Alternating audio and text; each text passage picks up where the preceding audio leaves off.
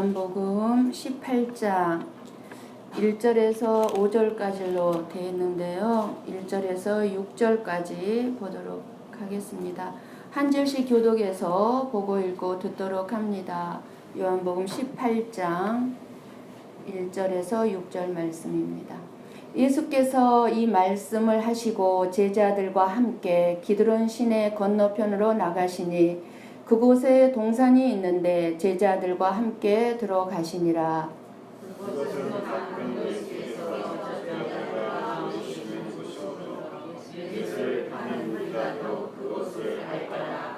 유다가 군대와 대제사장들과 바리새인들에게서 얻은 아랫사람들을 데리고 등과 횃불과 무기를 가지고 그리로 오는지라.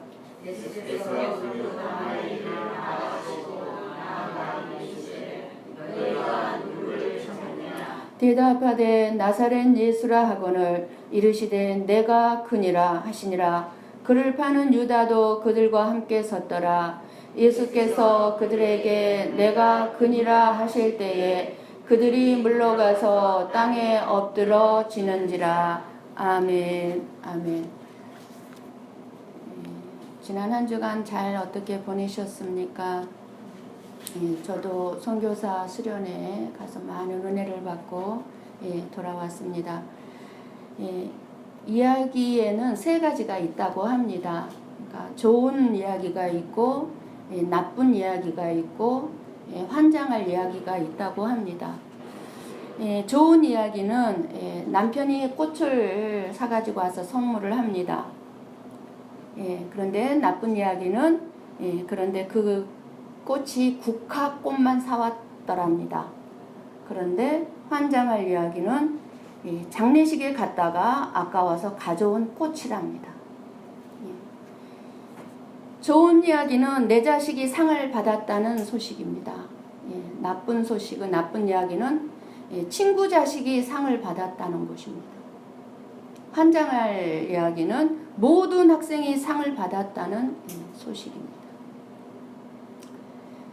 좋은 이야기는 성형수술을 했는데 성형수술이 너무 예쁘게 되었답니다. 그런데 나쁜 이야기는 성형수술을 했는데 재수술을 받아야 된다고 합니다. 그런데 환장할 이야기는 그 성형수술을 했던 수술의사가 가짜여서 구속되었다고 합니다. 이번 수련회에서 들은 유머입니다. 그런데 오늘부터 듣게 될 18장, 19장 말씀은 바로 좋은 이야기이면서 나쁜 이야기이기도 하고 또 환장할 이야기이기도 합니다. 나의 죄를 대속하시기 위해서 예수님이 죽으셨다는 것은 좋은 이야기입니다. 그런데 내가 그렇게 미워하고 벌받았으면 좋겠고 망했으면 좋겠고 죽이고 싶은 사람이 있는데 그 사람을 위해서도 예수님이 죽었다는 것이 나쁜 이야기입니다. 그리고 나도 예수님과 같이 십자가에서 죽어야 한다는 이야기가 환장할 이야기입니다. 이제 18장부터는 예수님의 고난이 시작이 됩니다.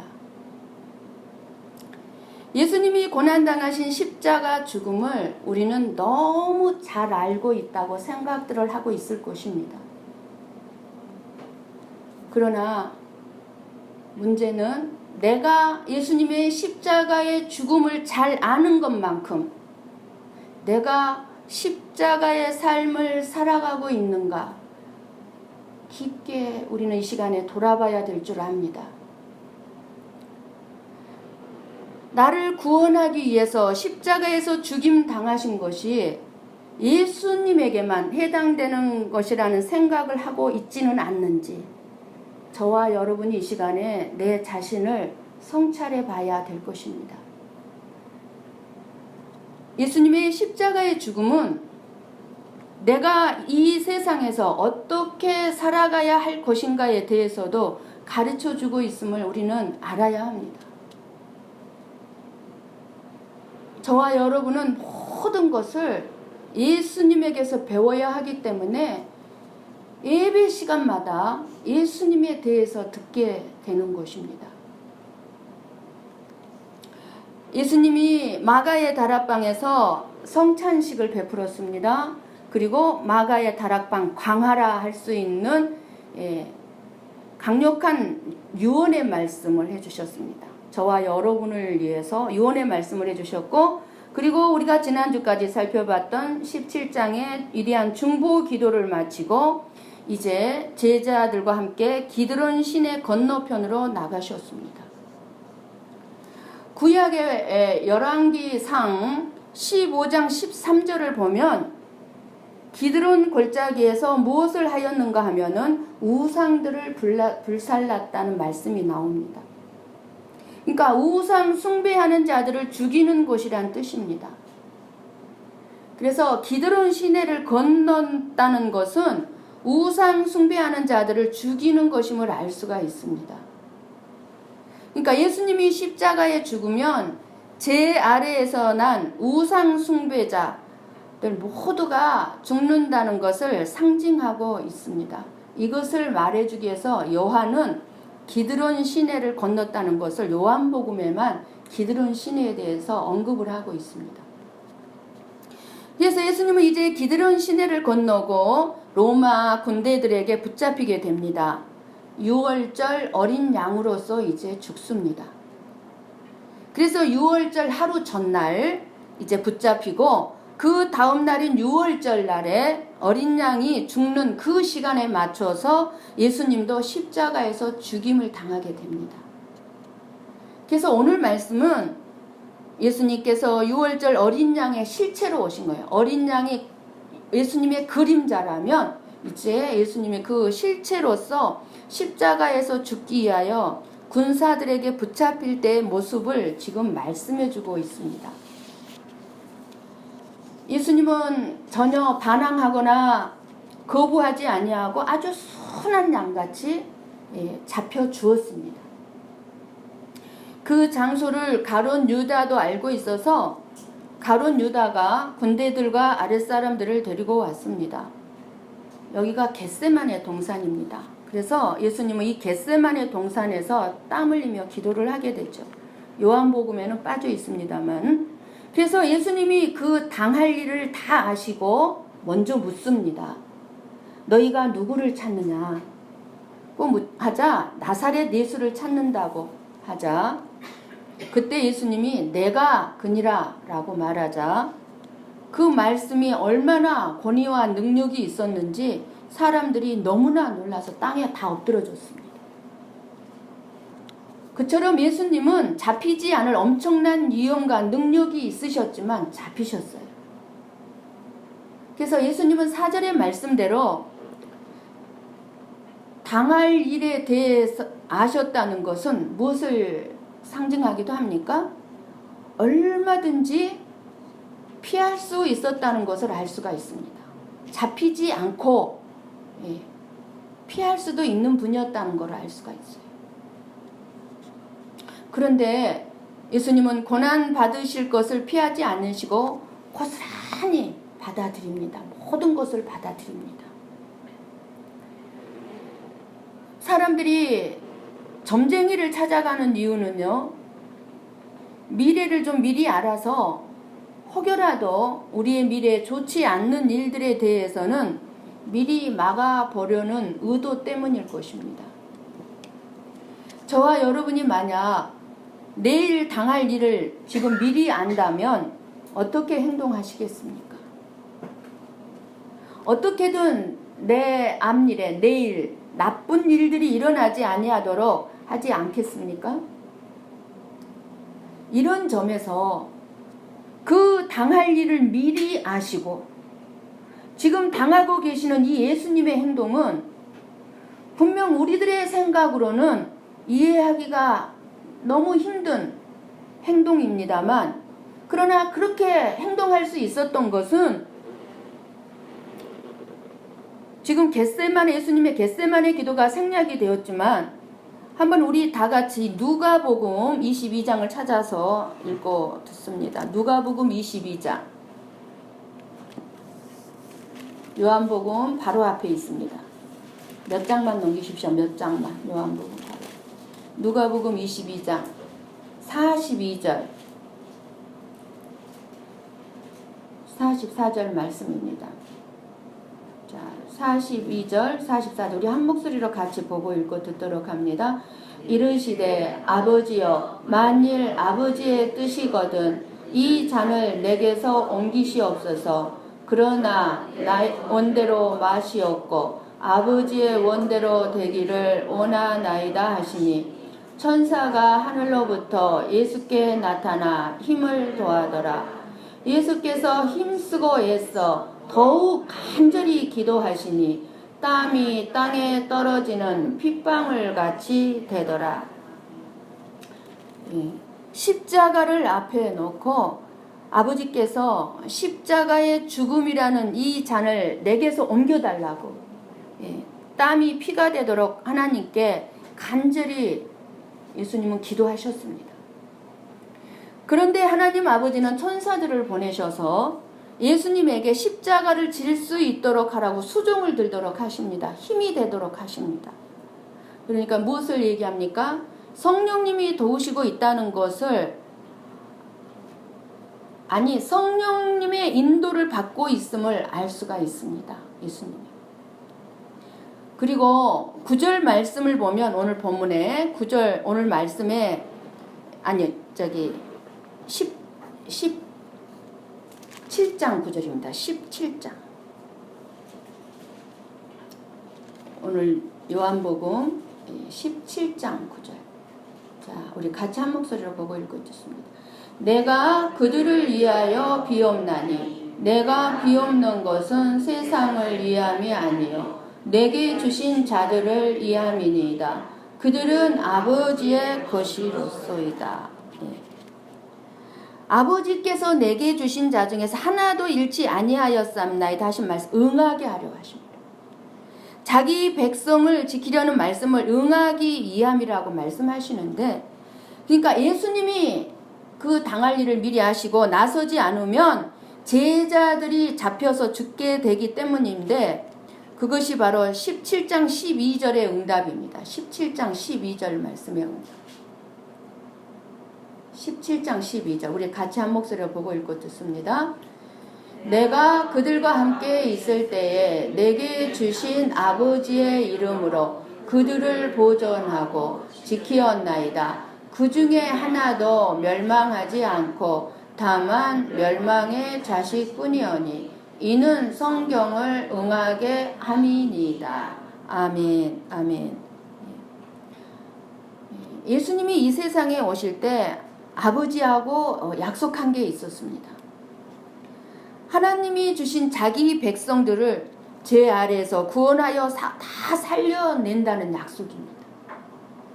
그래서 지금 그 약속을 지키고자 예수님은 죽을 줄 뻔히 알면서도 내가 예수님 나를 잡아가라 라고 하고 계시는 것입니다.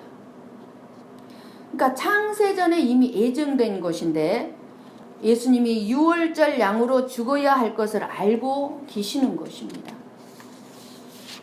그런데 원수 마귀는 지금 가룟 유다와 바리새인들을 대제사장들을 이용해서 자기 힘으로 무기를 가지고 예수님을 잡으려고 지금 왔습니다. 그러니까 예수님은 무기로 잡힌 것도 아니고 이 원수 마귀가 잡은 것이 아니라 예수님이 스스로 잡혀준 것이에요. 스스로. 예수님이 죽는 일에 마귀를 이용한 것입니다. 우리는 마귀의 이용에 사용되어서는 안 됩니다. 그런데 이 마귀는 이 사실을 모르기 때문에 마귀는 자기 힘으로 예수님을 잡으러 온 것입니다. 예수님은 앞으로 나서면서 기다렸다는 듯이 내가 그니라 당당하게 나는 너희가 나를 잡으러 올 줄 알고 기다렸다 하는 말씀을 하고 계시는 겁니다. 예수님이 그 당할 일을 아시고 고난을 받으신 것은 예수님의 자기 자신의 뜻보다는 아버지의 뜻에 순종하셨기 때문입니다. 그러나 비록 아버지의 뜻이었다고는 하지만 예수님의 인생은 이 세상의 눈으로 볼 때는 아주 비참한 인생이었습니다. 저와 여러분은 예수님과 같은 이 죽음으로 인생을 마치고 싶지는 않는 것이 쉽고 싶지 않은 것이 사실이죠. 그런데 예수님은 분명히 저와 여러분에게 말씀합니다. 자기를 부인하고 자기 십자가를 지고 나를 따르라고 말씀하셨습니다. 예수님을 따르라고.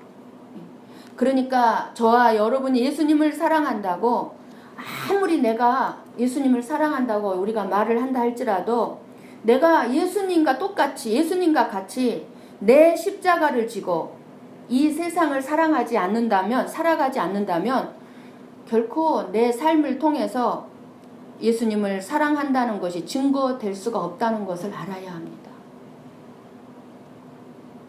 우리가 말하는 것을 들어보면요, 성도들이 말하는 것을 들어보면 또 많은 사람들의 간증을 들어보면 예수님을 사랑하고 예수님만 믿는 성도처럼 보입니다. 그렇지만 세상 가운데서 어떻게 살아가고 있습니까? 세상 가운데서 저와 여러분의 삶이 어떻게 비춰지고 있습니까? 저와 여러분이 믿음으로만 산다면 세상 사람들로부터 비난을 받지 않을 것입니다. 욕을 먹지 않을 것입니다. 물론 세상 사람들이 사는 것처럼 세상 사람들과 똑같이 살지 않는 것 때문에 미움을 받는 경우는 많이 있을 것입니다. 우리 홍상이가 직장에서 영업부에 들어갔습니다. 이 영업부의 일은 애국 바이어들을 상대해서 영업을 하는 일이기 때문에 많은 술자리가 필요했고 술자리를 가야만 합니다. 그런데 우리 홍상이는 술을 마시지 않습니다. 그 술을 마시지 않는다는 것 때문에 영업부 직속 상관으로부터 굉장한 미움을 받았습니다. 똑같은 일의 실적을 올렸어도 인정을 해주지를 않았습니다. 그래서 결국은 직장을 나와 다른 회사의 기획부로 이제 들어가서 너무 기쁘고 행복하게 일을 하고 있습니다. 세상 사람들과 똑같이 술을 마시지 않는 것 때문에 미움을 받는 것입니다. 받았던 것입니다. 그러나 비난을 받는 것은 없어야 합니다. 욕을 먹는 일은 없어야 합니다. 미움은 받을지라도. 그래서 예수님도 예수님을 믿는 성도들이 세상에서 너희는 미움을 받을 것이다 라고 말씀은 하셨지만 비난을 받는다고는 말씀하지 않았어요. 욕을 먹는다고는 말씀하지 않았어요. 미움을 받을 거라고 하셨어요. 저와 여러분이 욕을 먹는 것은 예수님을 믿는다고 하면서 예수님이 가신 길을 가는 것이 아니라 내 생각하는 내 생각대로 내 고집대로 살아가는 결과입니다. 그러므로 예수님을 믿는 것이 무엇인가에 대해 우리는 다시 한번 내 삶을 다시 성찰해 볼 필요가 있습니다. 예수님을 위해 산다고 하면서 나에게 유리한 것만을 고집할 수는 없습니다. 나에게 좋은 것만을 고집하며 살 수는 없습니다. 예수님을 알고 믿는다고 하면서 예수님이 지신 짐을 나도 같이 지는 것을 거부해 버린다면, 희생과 섬김을 하기 싫어한다면 예수님을 알고 믿는 것이라고 말할 수는 없다는 것입니다. 예수님의 삶은 예수님을 위한 것이 아니라 하나님의 뜻을 위한 것이었습니다. 하나님의 뜻을 위해 모든 짐을 짊어지신 것입니다. 그런데 우리는 짐을 지는 것을 회피합니다. 싫어합니다. 아무런 짐도 지지 않고 행복하게 살다가 마지막에 좋은 것은 천국이 내 소유가 되기를 원합니다. 천국에 들어가기를 원합니다. 이것을 믿음 생활이라고 할 수가 없습니다.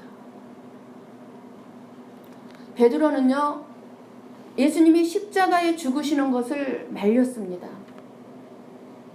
무엇 때문에 죽어야 되느냐는 것입니다. 베드로의 이런 생각이 오늘 저와 여러분의 생각일 것입니다. 무엇 때문에 굳이 희생하고 섬겨야 되고 손해봐야 되냐는 거예요. 어려운 일을 당할 때 우리에게 있는 원망은 왜 나에게 이런 일이 일어나야 합니까? 하는 것이죠. 나에게는 이런 일이 일어나서는 안 된다는 거죠. 저와 여러분이 하나님을 믿는 이유를 하나님의 도움으로 어려움에서 벗어나고자 하는 마음을 가지고 우리가 믿음 생활을 하고 있는데, 어려움이 닥치니까 원망이 있게 되는 것입니다. 이것이 성령 받기 전에 베드로의 모습과 똑같은 것이죠. 베드로는 하나님의 일을 생각하지 않았습니다. 다만 죽으면 안 된다는 것만 생각한 것입니다. 그래서 베드로는 예수님에게 하나님의 일은 생각하지 아니하고 사람의 일만 생각한다는 책망을 들었던 것입니다. 저와 여러분은 사람의 일을 생각하기 전에 하나님의 일을 생각해야 돼요. 저와 여러분이 예수님을 믿는 것은 우리의 삶 모든 것을 하나님께 맡기는 것을 뜻해요. 나는 예수님을 믿어. 이것은 무엇을 얘기합니까? 내 모든 인생을 다 예수님께 맡겼어. 이것을 의미해요. 다 맡겼다는 거예요. 다시 말씀을 드리자면 하나님이 예수님을 인도하신 것처럼, 예수님의 모든 삶을 하나님이 주관하신 것처럼 저와 여러분의 삶을 그렇게 인도해도 순종하겠다는 것을 의미하는 것이 믿음입니다. 믿음. 예수님을 믿는 믿음. 이것이 우리가 소유해야 될 믿음이에요. 그런데 이런 믿음으로 살기를 원하십니까? 바울은요, 3층천을 봤어요. 천국에서도 천국의 천국을 봤어요. 창세전에 그래서 예수님 안에서 구원받은 자기 자신을 보았어요.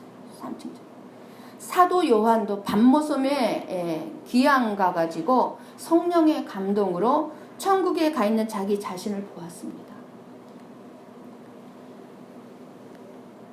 그러니 바울이나 사도 요한은 자신들은 이미 구원이 완성된 사람들로서 이 세상에 살고 있다는 것을 알게 된 것입니다.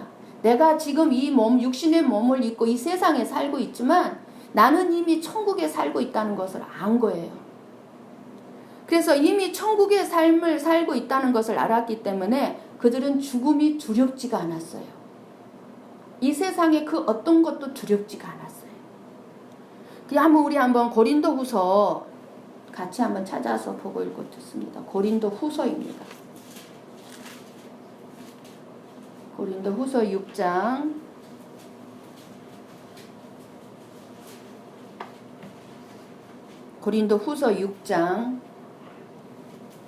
1절에서 10절 말씀입니다. 고린도후서 6장 1절에서 10절 말씀. 우리 같이 한 목소리로 천천히 보고 읽고 듣도록 합니다. 우리가 하나님과 함께 일하는 자로서 너희를 권하노니 하나님의 은혜를 헛되이 받지 말라.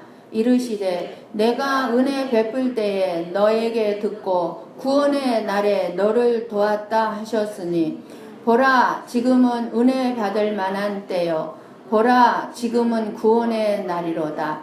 우리가 이 직분이 비방을 받지 않게 하려고 무엇에든지 아무에게도 거리끼지 않게 하고 오직 모든 일에 하나님의 일꾼으로 자천하여 많이 견디는 것과 환난과 궁핍과 고난과 매맞음과 갇힘과 난동과 수고로움과 자지 못함과 먹지 못함 가운데서도 깨끗함과 지식과 오래 참음과 자비함과 성령의 감화와 거짓이 없는 사랑과 진리의 말씀과 하나님의 능력으로 의의 무기를 좌우에 가지고 영광과 욕됨으로 그러했으며 악한 이름과 아름다운 이름으로 그러했느니라.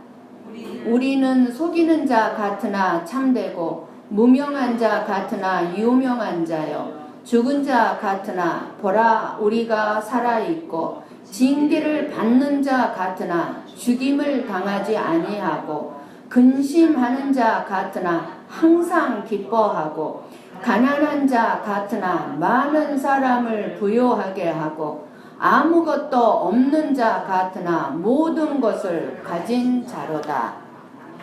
아멘. 먼저 하나님의 은혜를 헛되이 받지 말라고 말씀하시고, 이는 하나님의 은혜를 이 세상에서 부귀 영화를 누리는 것으로 생각하지 말라는 것입니다. 하나님의 은혜를.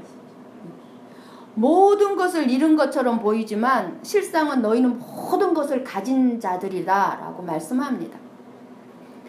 실상은 예수 그리스도를 믿는 사람은 성공한 사람이라는 것입니다. 이미 3층 전에서 계시 가운데 온전한 자기 자신들을 보았기 때문이에요. 사도 바울. 그러니 이 세상에서 빼앗기고 헌신하고 무시당하고 비난 미움을 받고 비난을 받는다 하여도 실패가 아니란 것입니다. 이 사실이 믿어지면 우리도 바울처럼 세상을 이기며 살아갈 수가 있다는 것입니다. 우리의 구원 받은 삶이 이렇게 살 수 있다는 것을 말씀해 주고 있습니다. 우리의 삶이. 그러니 저와 여러분이 어떤 삶을 살고 있다 할지라도 예수 그리스도를 믿는 믿음 안에 십자가를 지는 삶을 살고 있다면 정말 행복한 삶이요 성공한 삶인 것입니다. 죽어도 성공한 인생이라는 것을 여러분 확신해야 할 것입니다. 그러니 두려워하거나 불안해할 것이 없어요. 우리에게 일어나는 모든 일은 하나도 빠짐없이 다 하나님의 선하신 뜻 안에서 일어납니다. 우리가 이 사실을 확실히 믿는다면 어떤 경우에도 우리는 평안할 수가 있습니다. 어제 잠시 한국에서 전쟁이 일어날 수 있다는 상황 속에서 많은 국민들이 불안해했습니다. 이렇게 큰 환란이 당한다 할지라도 그것이 그 전쟁이 하나님의 선하신 뜻 안에서 우리 나라의 온 곳임을 확실히 믿는다면 담대하고 평안한 마음으로 전쟁을 감당할 수 있다는 사실입니다. 그것이 하나님의 선하신 뜻 안에서 우리나라에 가장 좋은 결과를 가져올 것을 확신하기 때문입니다. 하나님을 온전히 신뢰하는 성도는 예수님과 같이 죽음 앞에서도 평안할 수 있습니다. 내가 그니라 할 수가 있어요. 하나님께서 저와 여러분을 그 영원한 나라로 영접해 주실 것을 분명히 믿기 때문입니다. 내가 여호와의 집에 영원히 거하리로다. 시편에 나오는 고백이 저와 여러분의 고백이 되기를 원합니다. 우리가 하나님의 선하신 뜻을 온전히 믿게 되는 것 너무너무 중요합니다. 예수님께서 제자들을 하나도 잃지 않으시고 지켜주신 이 사실이요 저와 여러분에게 엄청난 위로입니다. 예수님께서 택하신 백성들을 영원히 지켜주신다는 것을 분명히 보여준 표적의 말씀입니다. 예수님께서는 사람들에게 잡혀가 십자가에서 죽으시게 되는 그 순간에도 제자들을 한 사람도 잃지 아니하고 다 지켜주셨습니다. 오늘 또 예수님께서는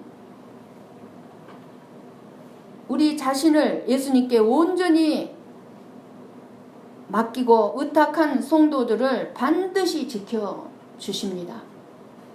그러므로 오늘 저와 여러분이 예수님을 믿는 믿음 안에 있다면 절대로 안전합니다. 예수님께서 저와 여러분을 지켜주시기 때문입니다. 우리에게 닥쳐오는 모든 일은 절대적으로 선하신 하나님의 뜻 가운데서 오기 때문입니다. 이 사실을 꼭 잊지 마시기를 바랍니다. 어떤 경우에도 신실하시고 자비로우신 우리 하나님 아버지를 전적으로 믿으시기 바랍니다. 참된 안식과 평안 가운데서 승리하게 될 것입니다. 무슨 일을 만나든지 하나님 아버지를 온전히 믿으시면서 순종하는 믿음의 삶으로 승리하는 저와 여러분이 되시기를 간절히 축원합니다.